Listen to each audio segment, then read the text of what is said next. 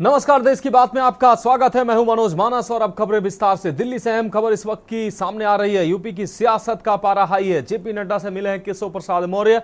BJP मुख्यालय में यह मुलाकात हुई है। करीब 1 घंटे तक चली यह मुलाकात। बीजेपी मुख्यालय से बाहर निकले हैं केशव प्रसाद मौर्य।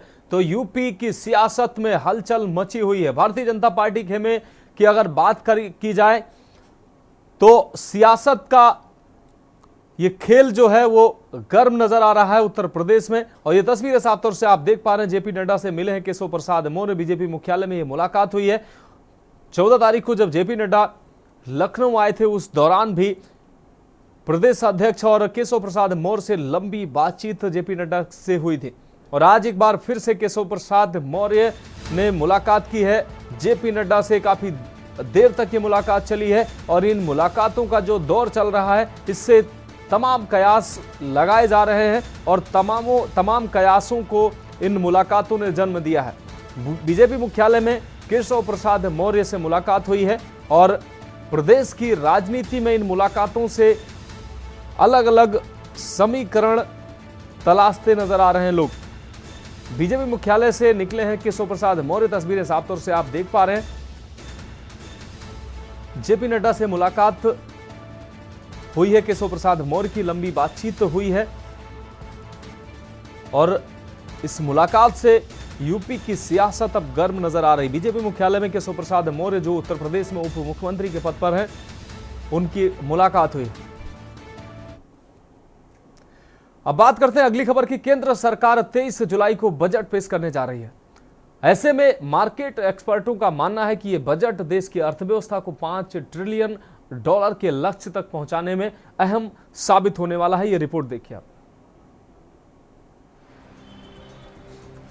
केंद्र सरकार 23 जुलाई को बजट पेश करने जा रही है। ऐसे में मार्केट एक्सपर्टों का मानना है कि ये बजट देश की अर्थव्यवस्था को $5 ट्रिलियन के लक्ष्य तक पहुंचाने में अहम साबित होगा। एक्सपर्टों के मुताबिक नई एनडीए सरकार के गठन के बाद से बाजार नई ऊंचाइयों को छू रहा है और ऐसे में उनका मानना है कि अंतरिम बजट में घोषित ज्यादातर नीतियां चेंज नहीं होंगी। बड़ा ही अहम बजट है क्योंकि ये मार्केट एंगल ये चीज होती है कि भाई हमारी इकोनॉमी जो कहा जाता है कि नेक्स्ट 3 साल में 5 ट्रिलियन हमको अचीव करना है और 2030 तक 7 ट्रिलियन अचीव करना है। तो मोदी 3.0 का ये जो पहला बजट है वो उस दिशा में स्टेपिंग स्टोन रहेगा। यानी मार्केट ये देखेगी कि हम क्या क्या कदम सरकार उठाती है, कैपेक्स कैसे करती है, एसएमई और एमएसएमई को कैसे बढ़ावा दिया जाए, ग्रोथ एंड इन्फ्लेशन के बीच में कैसे बैलेंसिंग किया जाए। एक्सपर्टों का कहना है कि बढ़े हुए टैक्स स्लैब को कुछ कम करना चाहिए ताकि मिडिल क्लास के पर्स में कुछ पैसा बचे जिसे वो अर्थव्यवस्था को मजबूत करने के लिए खर्च कर सके। If I speak about middle class, they expect that the tax rate should come down so that they are left with more money in their hand so they can spend towards buying two-wheeler, buying a house, going on a vacation, buying white goods, things like that. So basically, if they are left with more money in their purse, they will do the spending, which will help the economy to grow faster. वित्त मंत्री निर्मला सीतारमण अपना 7वां budget पेश करने जा रही हैं। ऐसे में मार्केट एक्सपर्टों को उम्मीद है कि सरकार निवेशकों के हितों पर फोकस करने वाली नीतियों को प्राथमिकता देगी।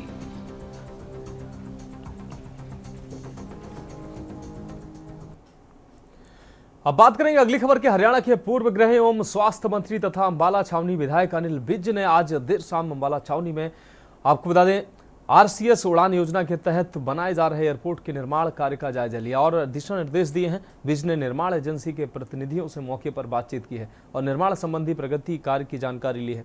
उन्होंने कहा कि निर्माण कार्य को जल्द से जल्द पूरा किया जाए ताकि 15 अगस्त तक तय समय सीमा अनुसार अंबाला छावनी से विमान सेवा का संचालन हो सके। उन्होंने एजेंसी के प्रतिनिधियों से पार्किंग एरिया, यात्रियों के चेक इन करने व बैठने की व्यवस्था, एयरपोर्ट में लाइट्स, रोड की व्यवस्था के साथ साथ यात्रियों को अंदर ले जाने वाले मार्ग एवं अन्य कई पहलुओं पर चर्चा की।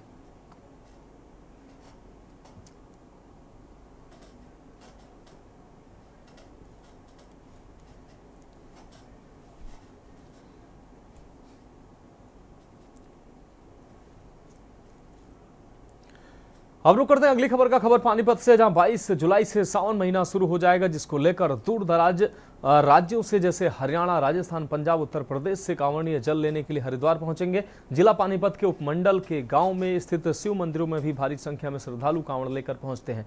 मुख्य पर्व शिवरात्रि 2 अगस्त को मनाया जाएगा। इसके लिए प्रशासन की ओर से पुख्ता इंतजाम किए जाएंगे। कानून एवं शांति व्यवस्था बनाए रखने के लिए प्राचीन मंदिरों पर पुलिस फोर्स लगाई जाएगी। ऐसे में कांवड़ियों के लिए आपको बता दें, शिविरों की बेहतर व्यवस्था की जाएगी। वहीं पुलिस भी अलर्ट पर रहेगी कि किसी तरह की कोई चूक ना हो। पुलिस के द्वारा कांवड़ियों के लिए जगह जगह सुरक्षा के इंतजाम किए जा रहे हैं।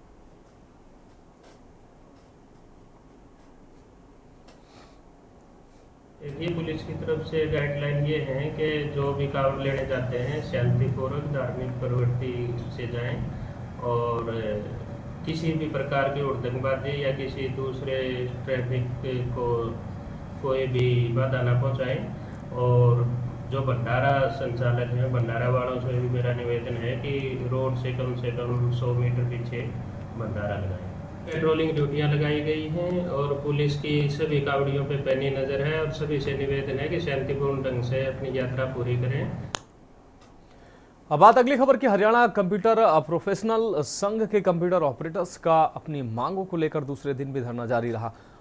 आपको बता दें, लोगों के काम बाधित करना हमारा उद्देश्य नहीं। ये बात इन लोगों के द्वारा कही कि हमारा उद्देश्य अपनी जायज मांगों को मनवाना है। कच्चे कर्मचारियों को नियमित करना, 58 वर्ष तक जॉब गारंटी और सैलरी के लिए बजट का प्रावधान इनकी मुख्य मांगे हैं।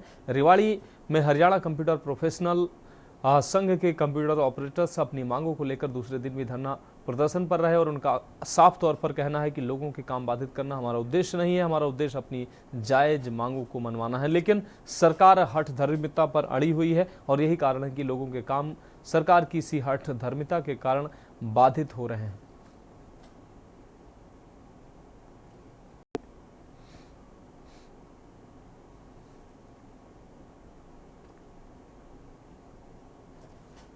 हमारी सरकार से 4-5 मांगे हैं, ज्यादा हम कुछ नहीं मांग रहे हैं। सरकार DITS के तहत हम सभी कार्यरत हैं। लगभग 15-20 साल हो लिए हमें कार्य करते करते। पहले DC रेट पर थे, अब सरकार जब से HKRN लेके आई है तब से HKRN में हमें मर्ज किया गया है। हमारी मुख्य मांगे यही है, DITS का सेंट्रलाइजेशन किया जाए और सरकार इसमें बजट का प्रावधान करे, क्योंकि सैलरी को लेकर बड़ी दिक्कतें हैं हमें। सरकार के विरुद्ध प्रदर्शन अपनी मांग के लिए किया जाता है, उसके लिए आप कवरेज करने के लिए आते हैं। हम clerical association welfare society Rewari की तरफ से हम हमारे कंप्यूटर प्रोफेशनल साथियों को उनकी मांग के लिए समर्थन देने आए हैं। कल भी हमारे डिस्ट्रिक्ट टीम यहाँ पर समर्थन देने के लिए आई थी, आज भी हम साथी आए हैं। और मैं आपको ये भी बता दूँ कि इनके साथ साथ क्लरिकल एसोसिएशन भी धरने पर, सांकेतिक धरने पर बैठी हुई है। इन्फॉर्मेशन है जो स्ट्राइक पे बैठे हुए हैं, हम परेशान भी हो रहे हैं, पब्लिक भी परेशान हो रही है। एटलीस्ट कोई मैसेज या इन्फॉर्मेशन तो आनी चाहिए पहले कि भी स्ट्राइक पे जा रहे हैं। तो आम पब्लिक तो परेशान हो ही रही है, लेकिन नया कोई प्रॉपर इंटीमेशन है। यहाँ आ रहे हैं तो धक्के खा रहे हैं, इधर उधर घूम रहे हैं, पता चला काउंटर पे कोई अवेलेबल ही नहीं है। तो इसका एटलीस्ट पहले से इन्फॉर्मेशन हो और जो भी इनकी मांग है, डिमांड जो भी है, सरकार आपस में मिलकर इनका कोऑपरेशन करना चाहिए। जो अभी आप सचिवालय में आए क्या? हाँ जी, आए थे। हमारी दिक्कत है सर, मैंने पिछले साल वो मेडिकल वाले फॉर्म अप्लाई कर दिए सर, वो चेक करवाने के लिए आया था। यहाँ की दिक्कत तो है, धर्मशाला में कोई है ही नहीं सर यहाँ। क्या ऐसे में क्या करना चाहिए कि पब्लिक को परेशानी ना हो? ऑपरेटर को जो उनकी मांग है उनकी पूरी करनी चाहिए, जो उनकी हड़ताल का कोई सोल्यूशन नहीं होना चाहिए। उनकी जो सरकार है और उनको मिलकर अपना समाधान करना चाहिए। अब बात करेंगे अगली खबर की। इलेक्ट्रो होम्योपैथिक काउंसलिंग मेडिकल के डॉक्टरों ने आज रोहतक में प्रदर्शन किया। मुख्यमंत्री के नाम उपायुक्त के माध्यम से ज्ञापन सौंपा है। मांग पूरी नहीं हुई तो 1 सप्ताह बाद वह हर जिले में DC को ज्ञापन सौंपेंगे और आंदोलन को तेज करेंगे। इलेक्ट्रो होम्योपैथिक काउंसलिंग मेडिकल के डॉक्टरों ने आज रोहतक में अपनी मांगों को लेकर मानसरोवर पार्क से लघु सचिवालय उपायुक्त कार्यालय तक प्रदर्शन किया है, जिसके बाद उन्होंने मुख्यमंत्री के नाम उपायुक्त के माध्यम से ज्ञापन सौंपा है। इसके साथ ही उन्होंने सरकार को अल्टीमेटम देते हुए कहा कि यदि उनकी मांग पूरी नहीं हुई तो 1 सप्ताह बाद वह हर जिले में DC को ज्ञापन सौंपेंगे। मैं डॉक्टर संदीप कुमार सैनी जज्जर हरियाणा से हूं और इलेक्ट्रो होम्योपैथी मेडिकल काउंसिल का जो है लीगल एडवाइज़र भी हूँ। ये प्रदर्शन तो जो है इलेक्ट्रोहोम्योपैथी जो हमारी पैथी है, इसके लिए ही प्रदर्शन है कि सरकार इसको काउंसिल को हमारे रिकॉग्नाइज करे, मान्यता दे। ये जो पैथी है बड़ी ही सस्ती और टिकाऊ, और इसका कोई जो साइड इफ़ेक्ट नहीं है, बहुत ही अच्छी पैथी है। हर एक दवाई का जो है जैसे साइड इफ़ेक्ट होता है अंग्रेजी दवाइयों का, हमारी जो होम्योपैथी को भी ये माना जाता है कि भाई इसका साइड इफ़ेक्ट नहीं है। हमारा उससे भी रिफाइंड रूप है, इसको इलेक्ट्रोहोम्योपैथी बोलते हैं। डॉक्टर काउंट सीजर मैटी जी ने इटली में इसकी जो है स्थापना की थी और उसके बाद से आज तक ये चली आ रही है, और राजस्थान सरकार ने इसको मान्यता 2018 में दे दी थी। अब बढ़ेंगे अगली खबर की ओर। प्रदेश सरकार की 1 जुलाई से मनरेगा की सामग्री भुगतान पर रोक लगाने और जल संरक्षण की योजना बंद करने पर सैकड़ों सरपंचों ने लामबंद होकर विरोध प्रदर्शन किया। सरपंचों ने डीएम कार्यालय पहुंचकर सीएम को संबोधित ज्ञापन भी सौंपा है। सरपंचों ने कहा कि केंद्र सरकार की महत्वपूर्ण योजना बंद करके प्रदेश सरकार क्या साबित करना चाहती है। इन योजनाओं के बंद होने पर ग्रामीण क्षेत्रों का आपको बता दें विकास बाधित होगा, जिस कारण से सरपंचों ने जिला कलेक्ट्रेट को मुख्यमंत्री के नाम ज्ञापन सौंपा ताकि समय पर प्रदेश सरकार ग्रामीण क्षेत्रों के हित में निर्णय ले सके।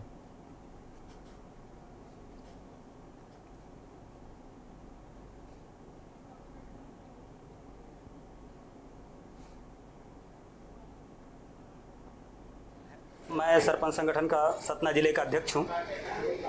मध्य प्रदेश शासन पंचायत राज्य मंत्रालय द्वारा 1/7/2024 को एक आदेश जारी किया गया है, जिस आदेश में स्पष्ट शब्दों में उल्लेख किया गया है कि सामग्री का भुगतान किसी भी स्थिति पर नरेगा पोर्टल से नहीं होगा।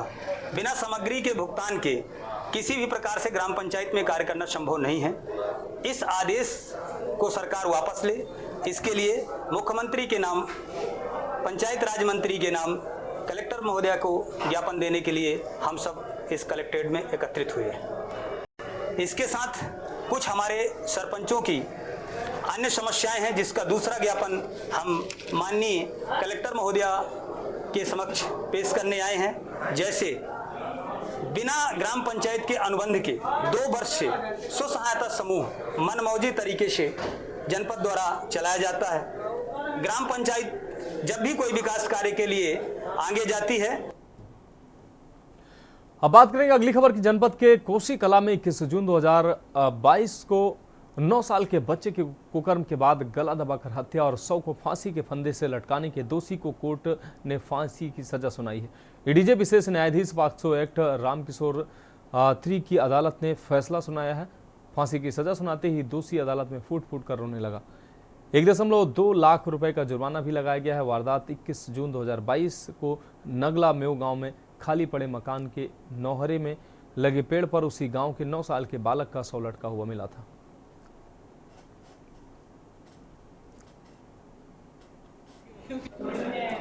जो पीड़ित पक्ष है, पीड़ित है और जो रिपोर्ट करता है पीड़ित की मां है, जिसके द्वारा ये मुकदमा थाना में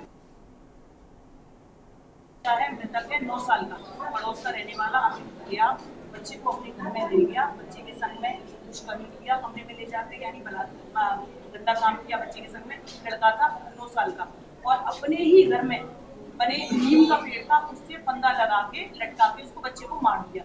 आज हमारे माननीय जज साहब के द्वारा इसमें आज फैसला किया गया है।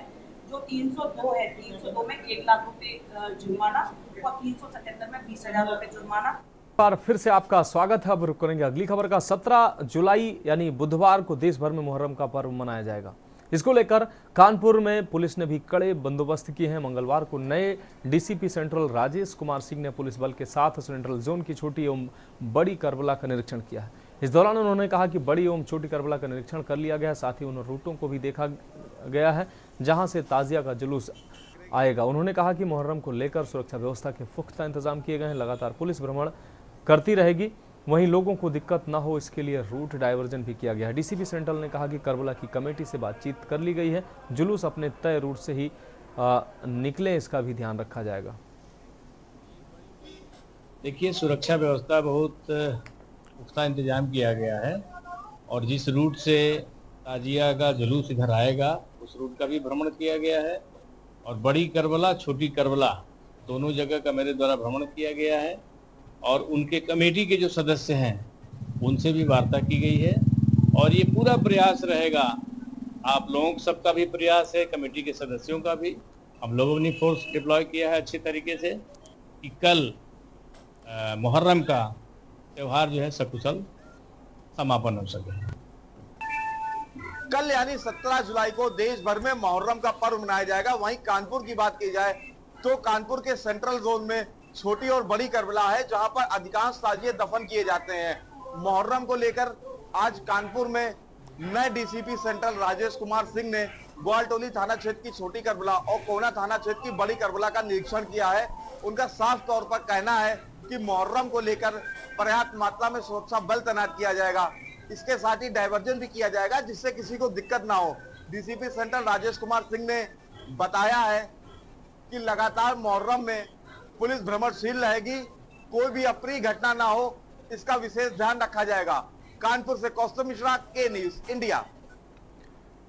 अब बात करेंगे अगली अहम खबर की। कानपुर में महापौर प्रमिला पांडे ने सावन और मुहर्रम को लेकर नगर निगम में अधिकारियों के साथ बैठक की है। आपको बता दें, बैठक में नगर आयुक्त, अपर नगर आयुक्त और सभी जोन के नगर स्वास्थ्य अधिकारी मौजूद रहे। इस दौरान उर्सुला अस्पताल में गंदगी को लेकर महापौर ने कंपनी के तुरंत हटाने की बात कही। नगर आयुक्त से कंपनी को तत्काल सस्पेंड करने को कहा है। इस दौरान उन्होंने कहा कि जहां जरूरत हो वहीं खुदाई हो, बरसात को देखते हुए अनावश्यक खुदाई का कार्य बंद हो। बैठक में शामिल हुए नगर आयुक्त मदन सिंह गबरियाल से मेट्रो, एनएचआई, पीडब्ल्यूडी के साथ बुलाकर अधिकारियों के साथ बुलाकर बैठक करने को कहा। साथ ही गुजैनी में ग्रीन बेल्ट पर हुए कब्जों को 2 दिन में खाली कराने के आदेश दिए हैं। महापौर ने कहा कि शहर में 44 कब्रिस्तान है। मुहर्रम को देखते हुए यहां विशेष सफाई रखी जाए। सोमवार से सावन का पवित्र महीना शुरू हो रहा है। ऐसे में शहर में सिद्धनाथ मंदिर, आनंदेश्वर मंदिर, बनखंडेश्वर, खेरेश्वर समेत कई प्राचीन मंदिर हैं जहां दूर दूर से लोग दर्शन करने को आते हैं। 1 महीना निरंतर सफाई का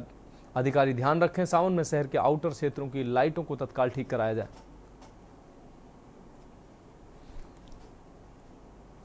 कल मुहर्रम है और 22 तारीख से हमारा सनातनियों का सबसे बड़ा त्यौहार रहता है महीने का, तो है सावन।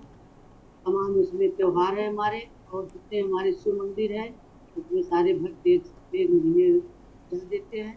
इसलिए मेरे शहर में जितने मंदिर हैं, ये हमारे नगर आयुक्त ने 10 मंदिर बताया, लेकिन हमारे शहर में हजारों मंदिर हैं। हमने अपने अधिकारियों को कहा कि 1 महीने सफाई तो रोज होनी चाहिए, लेकिन इस सावन के महीने में किसी भक्त को कोई कष्ट हो ऐसी व्यवस्था करे, लाइट की भी, सफाई की भी, इसलिए बिजली विभाग को बुलाया था और उन्होंने बोला था कि लाइटें सब चलाती, परमट पर तो सब जाती, वो अभी तक काम चल रहा है। क्योंकि कॉरिडोर बनने में थोड़ा इसलिए देर होता है कि जो लोग 4 साल 2 साल से रुके हैं उनको हटाने की व्यवस्था हो रही है, धीरे धीरे हो रही, हो जाए निश्चित हो। अब बात अगली खबर की। सोनभद्र से ट्रांसफार्मर, आपको माफ कीजिएगा, सोनभद्र से ट्रांसफर होकर अयोध्या आए आईएएस अधिकारी चंद्र विजय सिंह ने रामनगरी का चार्ज लेने के बाद मीडिया से मुखातिब हुए। डीएम चंद्र विजय सिंह ने कहा कि अयोध्या एक सुप्रसिद्ध नगरी है, अयोध्या धाम है। मेरा सौभाग्य कि मुझे सेवा करने का यह मौका मिल रहा है। मेरी पूरी कोशिश होगी जो यहाँ के निवासी हैं और जो आने वाले श्रद्धालु हैं उन्हें किसी तरह की कोई समस्या, कोई दिक्कत ना हो। उनकी समस्याओं का गुणवत्तापूर्वक समाधान किया जाए।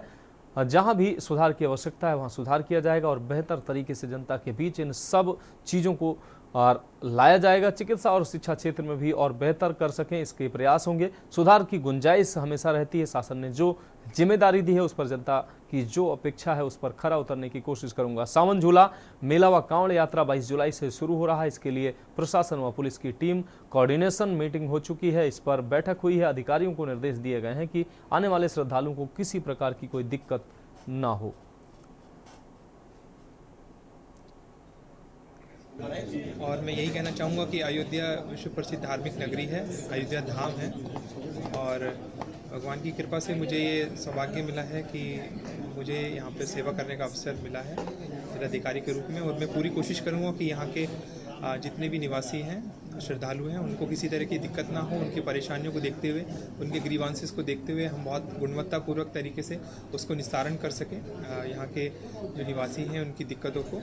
और सारा चीज़ों में जो सुधार की आवश्यकता है वो अपने अधिकारियों के माध्यम से और उसको और बेहतर तरीके से हम लोग यहाँ की जो जनता है उनके बीच में ला सकें, उनकी परेशानियों को दूर कर सकें।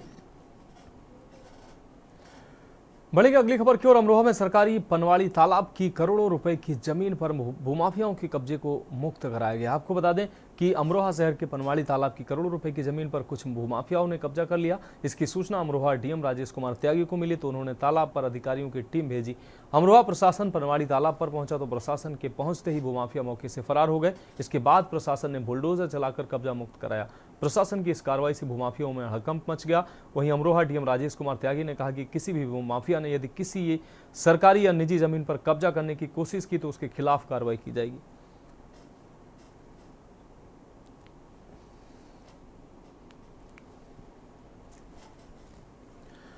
अगली खबर उत्तर प्रदेश के लखनऊ से है, जहां कांग्रेस ने पुलिस हिरासत में मौत को लेकर हल्ला बोला है। मामले को लेकर कांग्रेस प्रदेश अध्यक्ष अजय राय ने डीजीपी प्रशांत कुमार से मुलाकात करके लोकसभा में पेश की गई रिपोर्ट का हवाला दिया, जिसके अनुसार देश में हर दिन 6 लोगों की मौत पुलिस हिरासत में हो रही है। इस मामले में उत्तर प्रदेश नंबर 1 पर है।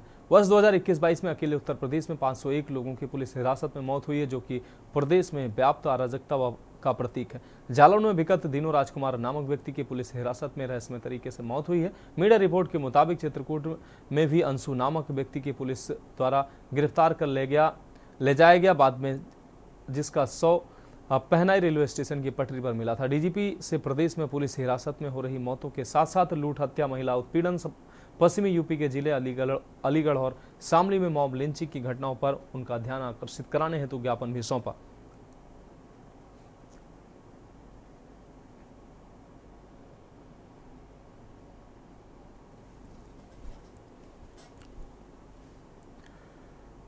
अगली खबर बांदा से है, जहां बांदा शहर के आरटीओ कार्यालय के पास चौराहे पर स्थित महाराजा खेत सिंह खंगार की मूर्ति को कुछ अज्ञात अराजक तत्वों द्वारा खंडित करने से नाराज खंगार क्षत्रिय समाज के लोगों ने मौके पर पहुंचकर अपना आक्रोश व्यक्त किया। वहीं सूचना पर पहुंचे जल शक्ति राज्य मंत्री व जिला अधिकारी बांदा ने दोबारा मूर्ति लगवाने का आश्वासन देकर लोगों के आक्रोश को शांत किया।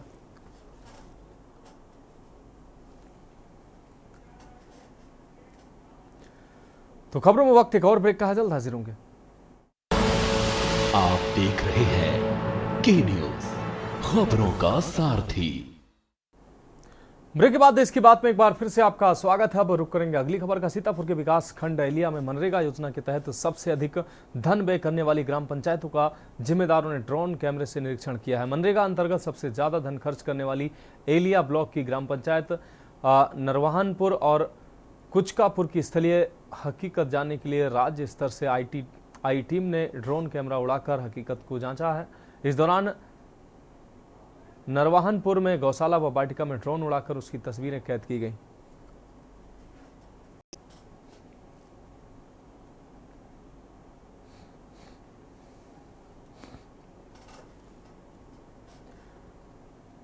अब रुक करेंगे अगली खबर का। ऑनलाइन अटेंडेंस के सरकारी फरमान के विरुद्ध सरकारी टीचर लामबंद हो गए। पिछले 8 दिनों से हड़ताल पर बैठे हैं। शिक्षकों को जब उनके धरने प्रदर्शन के बावजूद सरकार से कोई राहत नहीं मिली तो सामूहिक रूप से उन्होंने संकुल पद से त्यागपत्र देने का फैसला किया। आपको बता दें 375 शिक्षकों ने जिले भर में इस पद से त्यागपत्र देने की घोषणा कर दी, जिसमें शिक्षक बिना किसी मानदेय या खर्च की विद्यालयों के पत्र और सूचनाओं में पहुंचने तक सरकारी काम करते रहेंगे।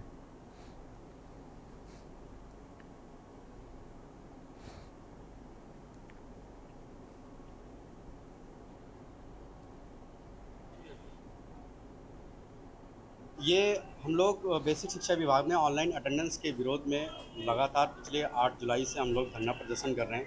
ये धरना प्रदर्शन हर तरह से हो रहा है, चाहे सोशल मीडिया हो, ट्विटर हो, फेसबुक हो, इंस्टाग्राम, हर जगह अपना विरोध दिखा रहे हैं।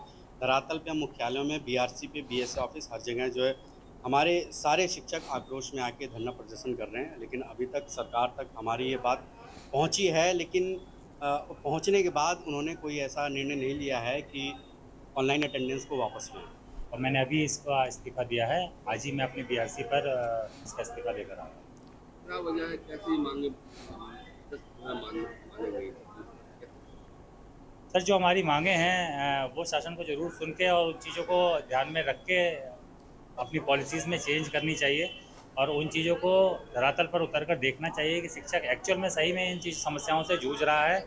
उसे डिजिटल अटेंडेंस से प्रॉब्लम नहीं है, डिजिटल अटेंडेंस हम देने को तैयार हैं, लेकिन हमारे अधिकारी उस चीज़ की शुरुआत करें। बीएसए ऑफिस से लेकर के सचिवालय तक जो भी लोग बैठे हुए हैं अधिकारी, वो डेली ऑफिस में आकर अटेंडेंस दें, हमें मिसाल पेश करें और फिर उसके बाद जो हमारी समस्याएं हैं, रोडों की समस्या है, पानी की समस्या है, उन चीज़ों को ठीक करें। हमें डिजिटल अटेंडेंस देने में कोई परेशानी नहीं है। हाँ जी, मैं यहाँ पे 2019 से यहाँ पे सहायक अध्यापिका के पद पे कार्यरत हूँ और 6-8 महीने बाद ही, जैसे कि सर ने बताया कि हमारे शिक्षकों के बीच से ही एक शिक्षक को चुन करके शिक्षक संकुल बनाया जाता है, तो 6-8 महीने के बाद ही मुझे भी इस तरह से शिक्षक संकुल बना दिया गया। आपने भी इस्तीफा दे दिया? हाँ जी, मैंने भी अपने संघ के साथ देते हुए हमने सबने सामूहिक अपना इस्तीफा दिया। क्या वजह रही, क्यों ये नौबत आई देने की? सर देखिए, अब ये चीज़ तो सभी को, अब तो पहले से ही ये सारी चीज़ें मीडिया में हैं कि जब सरकार ने हमसे, अब जैसा कि संकुल पद पे हमें कोई एक्स्ट्रा कोई पैसे या किसी तरह का मानदेय नहीं मिलता है। हम अपने समय अपने बच्चों को, अपनी फैमिली को छोड़ करके स्कूल समय के बाद में ये सारे काम करते हैं। मैंने संघ से बात की है, संघ के जो भी नेता है उन सबको समझाने की कोशिश की है कि ऑनलाइन अटेंडेंस में और मैनुअल अटेंडेंस में एक तो समय का लाभ, दूसरा एक जो टीचर्स के ऊपर आरोप लगते थे कि टीचर आया नहीं है, फर्जी साइन कर दिए हैं। टीचर अगर आया है और उन्होंने ऑनलाइन अटेंडेंस लगाई है तो इस तरह का कोई आरोप नहीं लगा सकता है, और क्योंकि इसमें लॉन्गिट्यूड और लैटिट्यूड के आधार पर उसी प्लेस पर अटेंडेंस लगती है और इसकी ऑथेंटिसिटी है, तो ये टीचर के हित में है। क्यों विरोध कर रहे हैं, क्यों नहीं कर रहे हैं, मैंने समझाने का प्रयास किया और जहाँ तक आशा है, विश्वास है कि मान जाए। अब रुक करेंगे अगली खबर का। उत्तर प्रदेश के शाहजहांपुर में बाढ़ का पानी छटने के बाद तबाही का मंजर सामने आया है। लोग पानी कम होने के बाद जब घरों पर लौटे तो बर्बादी देखकर रो पड़े। उनके घरों पर bed, sofa, TV, fridge, motorcycle, inverter, motor सब कुछ खराब हो चुके थे। बचा था तो केवल आंसू बहाने के लिए तबाही का मंजर नजर आ रहा था। उत्तर प्रदेश के लोधीपुर और हनुमत धाम वृंदावन मोहल्ले का यह हाल देखने को मिला। यहाँ लोग जब बाढ़ का पानी थमने के बाद घरों पर लौटे तो चारों तरफ तबाही थी। अभी भी लोग घरों की चौपर सामान को सुखाने में लगे हुए हैं। जो सामान खराब हो गया उसके लिए इलेक्ट्रीशियन बुलवाकर उनको सही करवा रहे हैं। यूँ कहिए कि लाखों करोड़ों रुपए का नुकसान इस बाढ़ के बाद हुआ है, लेकिन अभी तक प्रशासन की ओर से कोई भी मदद की पहल नहीं की गई है। आज हमारे कपड़े लिखते सामान जितना गल्ला वगैरह सब भीज गया, सत्संग लगी और बठिया बड़ा भारी लगा था। हमने पाथा भूसा एक डल्ला। क्या कभी ऐसा पानी देखा? मोटरसाइकिलें खराब पड़ी, बेकाबू पड़ी अंदर। सीने तक पानी हो गया, मकानों में फर्श बैठ गई, गाड़ियाँ डूब गई। रहने के लिए कोई व्यवस्था नहीं थी, बड़ा मुश्किल से बचाव किया अपना।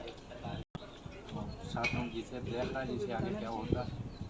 क्या प्रशासन की तरफ से कोई मदद हुई थी? प्रशासन की तरफ से अभी कोई मदद नहीं हुई थी, लेकिन अब देखते हैं आगे कौन प्रशासन में क्या आता है, मदद के लिए सहयोग। क्या लगता है ऐसी बाढ़ कभी आई है? क्या ऐसी बाढ़ कभी नहीं आई?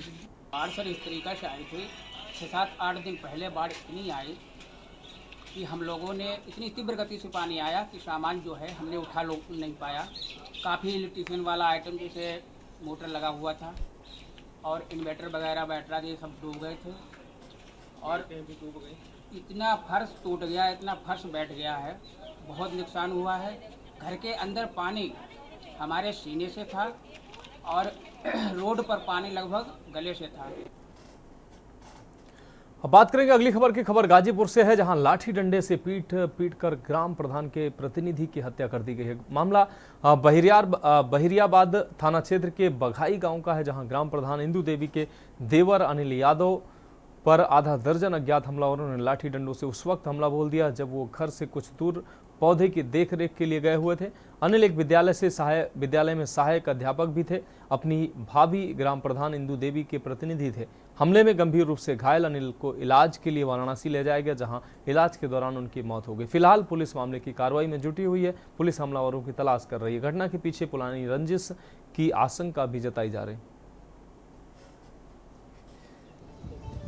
15/7/24 को रात्रि लगभग 8 बजे के आसपास थाना बहरियाबाद को यह सूचना प्राप्त हुई कि अनिल यादव पुत्र स्वर्गीय श्याम केर यादव निवासी ग्राम बधाई थाना बहरियाबाद, जिनकी उम्र लगभग 37 वर्ष थी, उनको कुछ अज्ञात व्यक्तियों के द्वारा मारपीट कर गंभीर रूप से घायल कर दिया गया है।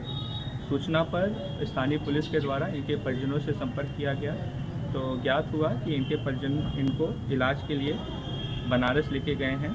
रात्रि को ज्ञात हुआ कि दौरान इलाज इनकी मृत्यु BHU में हो गई है। इस संबंध में विधि अनुरूप पंचायतनामा एवं पोस्टमार्टम की कार्रवाई की जा रही है। परिजनों से तहरीर प्राप्त करके अग्रिम वैधानिक कार्रवाई की जा रही है। अगली खबर की बात करेंगे खबर उन्नाव से, जहां सदर विधायक पंकज गुप्ता के 56वें जन्मदिन पर दर्जनों स्थानों पर कार्यक्रमों का आयोजन किया गया। कार्यकर्ताओं द्वारा कहीं भंडारे तो कहीं सुंदरकांड पाठ के साथ कार्यक्रम आयोजित किया गया। कुंदन रोड स्थित चंद्रेश्वर महादेव हनुमान मंदिर में RKG अभिनंदन परिवार की ओर से सुंदरकांड का कार्यक्रम आयोजित किया गया। RK अभिनंदन परिवार के संस्थापक अंशु गुप्ता द्वारा सदर विधायक के द्वारा केक कटवाकर उनके द्वारा जन्मदिन मनाया गया। देवतुल्य जनता का एक कार्यकर्ता का अपनी मातृशक्ति को प्रणाम करना चाहता हूँ, नमन करना चाहता हूँ। जिस प्रकार का स्नेह, जिस प्रकार का प्रेम, जिस प्रकार का आशीर्वाद आज नहीं विगत 20 वर्षों से अपने परिवार के सबसे छोटे सदस्य को जनता के माध्यम से प्राप्त हो रहा है, मैं इसके लिए उनके चरणों में नमन करता हूँ, प्रणाम करता हूँ। हमारा जन्म तो प्रत्येक व्यक्ति का होता है, लेकिन जन्म होने के साथ साथ उस जन्म की सार्थकता किए गए कर्मों के आधार पर निश्चित होती है। मैं हमेशा मान के चलता हूँ कि समाज में अंतिम पंक्ति में बैठे हुए व्यक्ति की सेवा ही हम सबके लिए धर्म भी है, हम सबका कर्म भी है। और मैं उसी सिद्धांत के आधार पर आज तक चलता रहा हूँ। मेरे लिए सबसे बड़ी उपलब्धता यही है कि समाज के अंतिम पंक्ति में बैठा हुआ व्यक्ति जब हमारे जन्मदिन पर हंसी खुशी से हमारा अभिनंदन करता है, स्वागत करता है। अब बढ़ेंगे अगली खबर की ओर। सीतापुर में मतदाता अभिनंदन कार्यक्रम में जिलाध्यक्ष और विधायक की मौजूदगी में भाजपा के मंडल अध्यक्ष और जिला पंचायत अध्यक्ष प्रतिनिधि के बीच तू में का वीडियो वायरल हुआ है। लोकसभा चुनाव में भाजपा प्रत्याशी की हार के बाद से जिले में जिला पंचायत अध्यक्ष प्रतिनिधि पर भाजपा का एक खेमा नाराज है। कार्यकर्ताओं की मौजूदगी में आधे घंटे से ज्यादा हाई वोल्टेज ड्रामा चलता रहा। अपशब्दों की बौछार के साथ मर्यादाएं तार तार हो गई। पुलिस के पहुंचने के बाद दोनों भाजपा नेताओं और समर्थकों को शांत कराया गया। महमूदाबाद के एक निजी मैरिज लॉन में मतदाता अभिनंदन कार्यक्रम आयोजित हुआ था।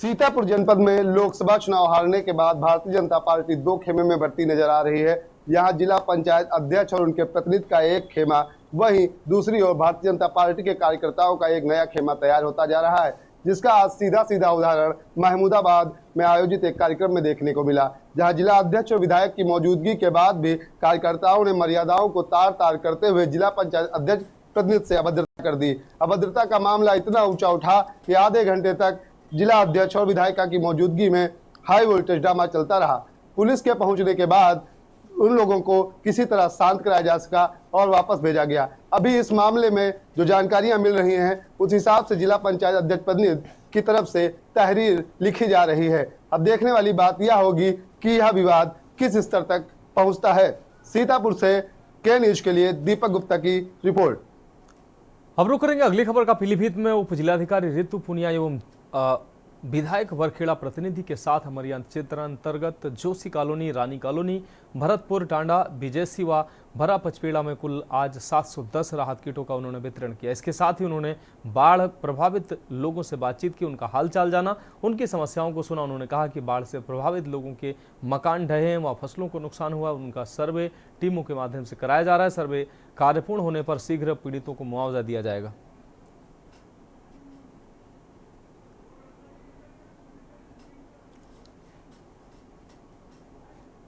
में है और पूरी तहसील की टीम हम लोगों के साथ है। एसडीएम साहब हैं, तहसीलदार साहब हैं और माननीय विधायक बरखेड़ा के जनप्रतिनिधि, उनके भी प्रतिनिधि हमारे साथ हैं। हमारी जो ये अमरिया तहसील है, इसमें लगभग 1500 परिवार प्रभावित थे, जिसमें लगभग 7000 लोग शामिल हैं। सभी लोगों को आज हमने कंप्लीट कर दिया है, सभी लोगों को राहत वितरण कर दिया गया है। साथ ही आज हम लोग कृषि सर्वे पे भी आए हैं। जैसा आप देख सकते हैं कि ये धान की फसल है, क्योंकि पानी बहुत तेज़ी से आया और बहुत तेज़ी से चला गया। आप पीछे की साइड भी देख सकते हैं कि पीछे किस तरीके से धान एकदम स्वस्थ है और बहुत बढ़िया है। इसके अलावा जहाँ भी सूचना प्राप्त हो रही है कि जहाँ कोई डैमेज हुआ है तो हमारे लेखपाल और कृषि विभाग की टीम संयुक्त रूप से सर्वे कर रही है। सभी लोगों का सर्वे निष्पक्षता से और अतिशीघ्र पूर्ण कर लिया जाएगा। अगली खबर नोएडा से, जहां पुलिस ने नौकरी दिलाने का झांसा देकर ठगी करने वाले गिरोह का भंडाफोड़ किया। आपको बता दें, पुलिस ने गिरोह की 4 महिलाओं समेत 7 ठगों को गिरफ्तार किया है। गिरोह के सदस्य नामी कंपनियों में नौकरी का झांसा देकर नवयुवकों को फंसाते थे और फिर फर्जी नियुक्ति पत्र व फर्जी आईडी थमाकर फरार हो जाते थे। गिरोह के लोग सोशल मीडिया के जरिए नवयुवकों को अपना शिकार बनाते थे।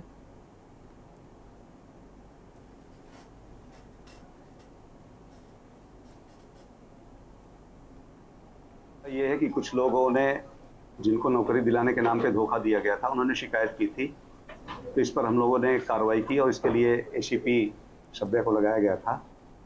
इससे पता ये चला कि ये लोग बरौला में और होशियारपुर में ऑफिस खोल करके लोगों को तुरंत नौकरी के दिलाने के नाम पर 2,500 से लेकर 2,500 3,000 रुपये उनसे अकाउंट में डलवा लेते थे और नौकरी तो उन्हें मिलती नहीं थी, फिर बाद में टहलते रहते थे और ये काम करीब 1.5 साल से कर रहे थे। तो ये धोखाधड़ी करके लोगों को ठग रहे थे। अब तक कितने लोगों को सब ठग चुके हैं? अब तक तो ये कहते हैं कि हर महीने लगभग 100 से 150 लोग आते थे, तो इसका तो अकाउंट से पता चलेगा हमें इनका देख करके कि कितने लोगों ने अकाउंट में पैसे डाले हैं, उसी से हम लोग निकाल पाएंगे। पर फिर भी मेरा है कि अगर 1.5 साल से है तो 100-150 भी कर रहे होंगे तो 2,500 रुपये तो कर ही चुके होंगे, 2,500 लोगों को। ये लोग फंसाते थे जॉब दे करके कि तुरंत ऐड निकालते थे, पैम्पलेट चिपकाते थे जगह जगह कि तुरंत जॉब चाहिए तो आ जाइए, ओप्पो में, सैमसंग में। तो इस तरह से लोग जल्दी आ जाते थे क्योंकि इतना अनएम्प्लॉयमेंट है कि लोग इनके लालच में आ जाते थे। अगली खबर कानपुर से, जहां कानपुर के नवस्ता हमीरपुर रोड पर Uttar Pradesh metro rail corporation द्वारा ट्रैक निर्माण के दौरान नाला ध्वस्त होने से बंद हो गया था। क्षेत्र में जलभराव होने पर नगर निगम का अमला अब जागा है। अब नाले में भरे मलबे और सिल्ट को हटाने के साथ ही 2 पंप लगाकर जल निकासी की जा रही है। नगर निगम जोन 3 के अधिशासी अभियंता नानक चंद्र ने मेट्रो परियोजना प्रबंधक अर्जुन श्रीवास्तव को 21.6 लाख रुपए का जुर्माना नोटिस भेजा है। अधिशासी अभियंता ने बताया कि मेट्रो लाइन निर्माण के दौरान मेट्रो द्वारा निर्मित पिलर के ऊपर प्रीकास्ट आरसीसी बीम और प्रीकास्ट आरसीसी स्लैब को मशीनों में से रखा गया। इसके चलते हमीरपुर रोड पर नाले ध्वस्त हो गए और मलबा भर गया।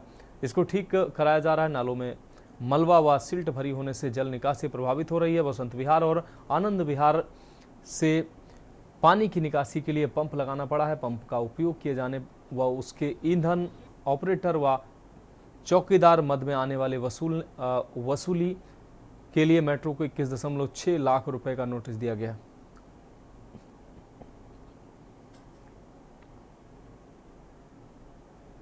बसंत नगर में उन्होंने नाला डैमेज किया था और उसमें जो है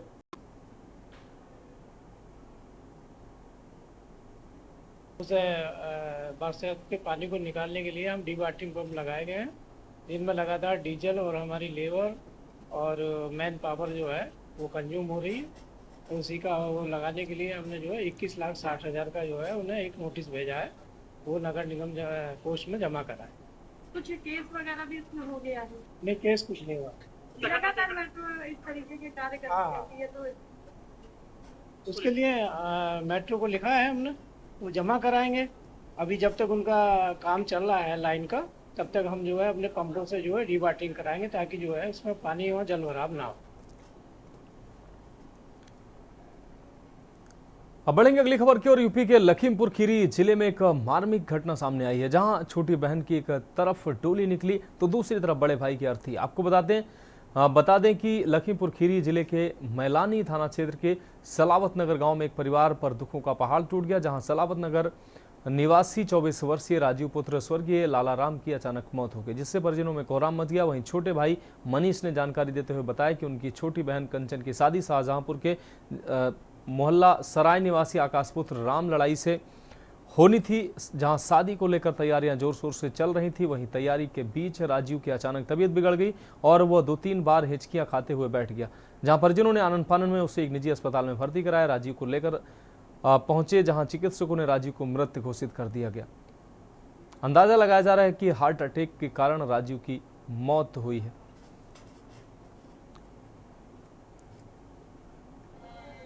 कुछ नहीं, शाम को भैया लिख लिया नहा धो के, हाँ, खाना ना खाए और हिचकियाँ होगा, तुरंत छोड़ दिए थे। अच्छा, बस। सामने डीजे पर भी डांस कर रहे थे?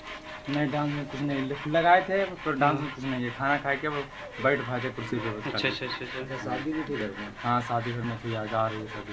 अच्छा अच्छा, बहन की शादी। अच्छा, इनको कहीं फिर उसके बाद कहीं हॉस्पिटल में किसी को दिखाया? नहीं नहीं, कोई तकलीफ नहीं थी, कोई दिक्कत नहीं थी उनको। अच्छा अच्छा, अचानक में एकदम, अचानक में उच्च के आने के बाद खत्म हुआ है जी। अच्छा, कितने? 24 साल के। शादी हो गई? शादी नहीं हुई। अच्छा, कोई नेता पहुंचे थे यहाँ पर?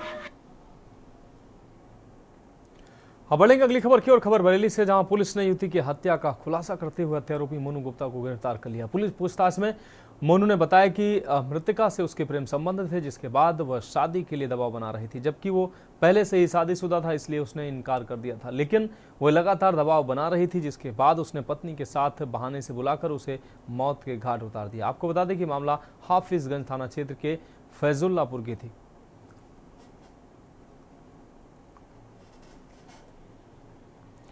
रुक रही अगली खबर का फर्रुखाबाद के जिलाधिकारी डॉक्टर वीके सिंह व पुलिस अधीक्षक आलोक प्रियदर्शी द्वारा सावन माह में होने वाली कांवड़ यात्रा व गंगा स्नान के मद्देनजर संयुक्त रूप से पांचाल घाट व पांचाल घाट से रामगंगा पुल तक कांवड़ यात्रा मार्ग का निरीक्षण किया गया। निरीक्षण के दौरान जिलाधिकारी द्वारा निर्देशित किया गया कि नगर मजिस्ट्रेट संजय कुमार बंसल व सीओ सिटी प्रदीप सिंह अपनी देखरेख में पांचाल घाट पर स्नान वाले क्षेत्र में दोनों तरफ बैरिकेटिंग कराएं। गहरे पानी वाले स्थानों पर पानी गहरा है, स्नान प्रतिबंधित है कि चेतावनी बोर्ड लगाए जाएं। घाट पर प्रकाश व सफाई की व्यवस्था की जाए, ग्राम पंचायत द्वारा की जाएगी। चौराहे से घाट तक प्रकाश व सफाई की व्यवस्था नगर पालिका द्वारा कराई जाएगी। गंगा के दोनों तरफ पीए सिस्टम लगाए जाएं। जिलाधिकारी द्वारा रामगंगा पुल से पांचाल घाट तक रोड की पटरी को सही करने व रोड के गड्ढों को भरने के निर्देश नेशनल हाईवे अथॉरिटी को दिए गए हैं। मुख्य चिकित्सा अधिकारी डॉक्टर अवनेंद्र कुमार को यात्रा के दौरान डबरी, जमापुर मोड़, राजेपुर व अमृतपुर पर 24 घंटे मेडिकल कैंप संचालित करने के निर्देश भी दिए हैं।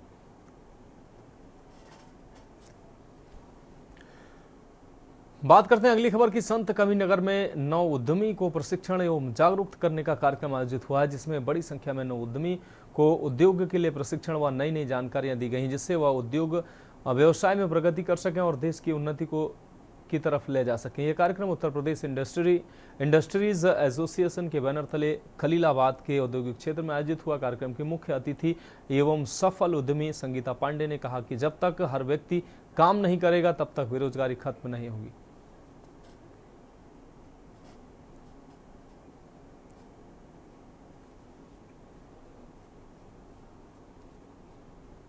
युवाओं को मंच दे रहे हैं, इससे निश्चय ही युवा आगे बढ़ेंगे, जिससे हमारे देश का विकास होगा और राष्ट्र हित में ये काम था। और इन्होंने जैसा किया, मैं चाहती हूँ कि और भी लोग दूसरे को मंच देने का प्रयास करें और युवा उद्यमियों को मंच दें, जिससे वो युवा उद्यमी निश्चय ही उनका जो उद्यम, छोटा उद्यम है, वो एक दिन इंडस्ट्री का रूप लेगा।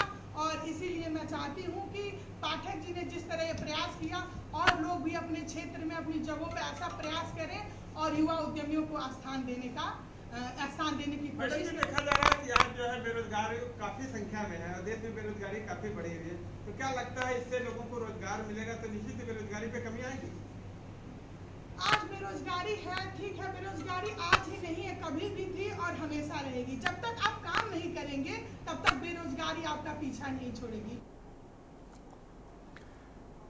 अगली खबर बताएं इससे, जहां मृतक किसान का परिवार अनिश्चितकालीन भूख हड़ताल पर बैठा है। आपको बता दें कि हत्यारोपियों की गिरफ्तारी न होने से पीड़ित परिवार डीएम कार्यालय पर भूख हड़ताल पर बैठ गया है। गौरतलब है कि बीते दिनों पीट कर किसान की हत्या कर दी गई थी। वहीं पुलिस ने परिजनों की तहरीर के आधार पर 10 लोगों पर मुकदमा दर्ज किया। ग्राम प्रधान व उसके परिजनों पर पीट कर हत्या का आरोप है। परिजनों का आरोप है कि राजनीतिक संरक्षण के चलते ग्राम प्रधान व अन्य आरोपियों को अभी तक पुलिस ने गिरफ्तार नहीं किया है और इसी के चलते पीड़ित परिवार न्याय न मिलने के कारण अनिश्चितकालीन भूख हड़ताल पर बैठ गया। वहीं पीड़ित परिवार के समर्थन में कांग्रेस नेता धरने पर शामिल हुए हैं। बीते दिनों दातागंज थाना क्षेत्र के दियोरी गांव में पशुओं के चारा लाते समय पीट कर किसान की हत्या की गई थी। सिंह यादव कांग्रेस का प्रदेश सचिव हूँ। हम यहाँ हरिराम पाल जो पाल बघेल समाज के किसान थे दातागंज के देवरी गांव के, उनकी 11 जून को हत्या कर दी गई दबंगों ने गांव में पीट के। अभी तक दबंग गिरफ्तार नहीं हुए हैं। उनको न्याय दिलाने के लिए हरिराम पाल के हत्यारों की गिरफ्तारी की मांग को लेकर आज यहाँ अनिश्चितकालीन धरने पर उनके परिजन बैठे हैं। हम कांग्रेस पार्टी से इनका समर्थन करने आए हैं। 11 जून को जो मेरे पिता की हत्या कर दी थी ठाकुर संतोष, उनके भाई अनुज प्रताप अभी तक गिरफ्तार नहीं हुए हैं। वो न्याय लेने के लिए मैं धरने पे बैठी हूँ। कब तक धरना चलेगा ये? जब तक न्याय नहीं मिलेगा। इससे किसी पहले भी किसी अधिकारी वगैरह से मिली हैं आप क्या? तो उन्होंने कोई आश्वासन दिया आपको? कोई कुछ नहीं दिया था, मगर वो अब रुक करते हैं उत्तराखंड की खबरों का। उत्तराखंड के हल्द्वानी से हैरत अंगेज करने वाला एक मामला सामने आया है, जहां पर लॉरेंस बिश्नोई गैंग के नाम पर एक ज्वेलर से व्हाट्सएप पर फिरौती मांगी गई। इसके बाद पुलिस ने इस मामले में बड़ी कार्रवाई करते हुए फिरौती मांगने वाले 3 आरोपियों को गिरफ्तार किया। एसपी सिटी ने मामले का खुलासा करते हुए बताया कि हल्द्वानी के पटेल चौक स्थित सुरेश सन्स ज्वेलर्स के मालिक अंकुर अग्रवाल से लॉरेंस बिश्नोई गैंग के नाम पर फिरौती मांगी गई थी, जिस मामले में पुलिस ने 2 आरोपियों को गिरफ्तार कर लिया, जबकि एक आरोपी को पंजाब पुलिस पहले ही गिरफ्तार कर चुकी है। पकड़े गए आरोपी देवेंद्र जाटव उर्फ रॉकी और नागेंद्र चौहान हैं, जिसमें रॉकी दिल्ली और नागेंद्र हल्द्वानी का रहने वाला है, जबकि पंजाब के रहने वाले सोनू तिवारी को पंजाब पुलिस ने गिरफ्तार किया। इन सभी ने व्हाट्सएप के माध्यम से ज्वेलर अंकुर अग्रवाल से 1 लाख रुपए की फिरौती मांगी थी। मामले की जांच के बाद इसके तार दिल्ली और पंजाब गैंग से जुड़े मिले।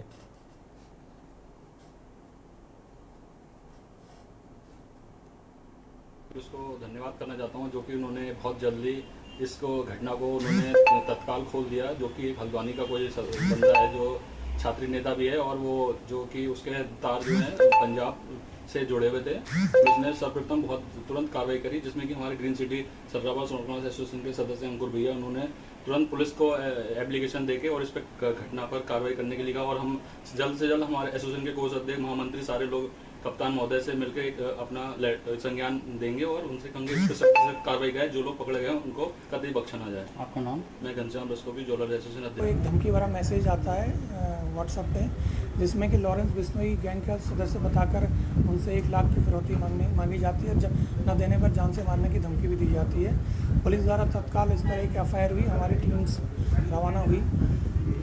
हमारी टीम ने वर्क किया तो इसका लोकेशन मोहाली पंजाब में आया। हमारी टीम जब तक वहाँ पहुँची तब तक डेराबस्सी थाने में ये ऑलरेडी अरेस्ट हो चुका था। पुलिस ने थाने में जाकर इससे पूछताछ की तो पता लगा कि एक नरेंद्र जाटव नाम का कोई है, जो कि सोशल मीडिया के थ्रू इनके कांटेक्ट में आया था। वो भी लॉरेंस बिश्नोई के नाम पर एक्सटॉर्शन के केस कर चुका है, ऐसे वारदातें कर चुका है। तो उसको भी हमने पुलिस ने सर्च किया।